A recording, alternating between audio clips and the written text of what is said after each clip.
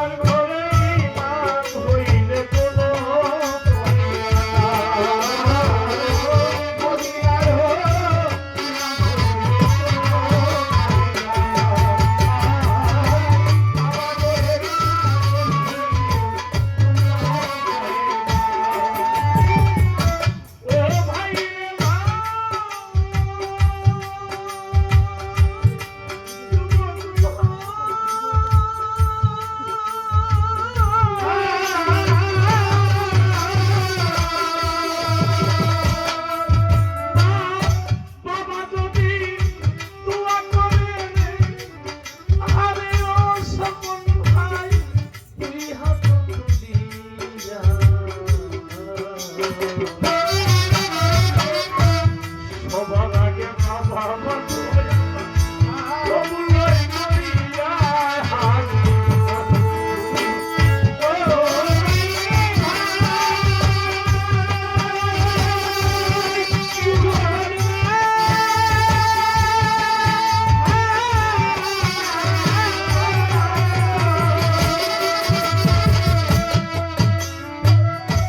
ছোটবেলা থেকে গান পছন্দ করতাম।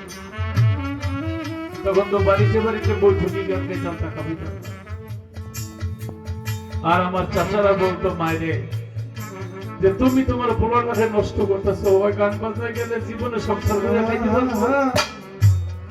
আর মায়ের গান গাছ লাগাইতো, মা বাদ গাছ লাগাও কেন, রাত্রে গান গাইবা। দিনের বেলা টিনের ঘরে শুইলে কষ্ট হবে, রোদ রোদ। বাদ গাছ লাগাইতেছি, বাদ বড় হইলে ছায়ার মধ্যে তুমি এসে থাকতে হতো, ঘুমাইবা। আমি বলছি মা, গান শুরু করলে শরীর কাঁপে, জানা গান ভুলে যে আমি কেমনে গাবো। আমাদের হাত বলা মুখের মধ্যে থুতু দিয়া কয় আর কোনোদিন তোমার কাম থাকবো না। এই যে বর্তমানে মক্কার ঘরে যিনি খাতেন, বাড়ি আফ্রিকা, দুষ্টামি করে। মা বলে আমি একদিন দোয়া করলাম তুই মক্কার ঘরের ইমাম হবি।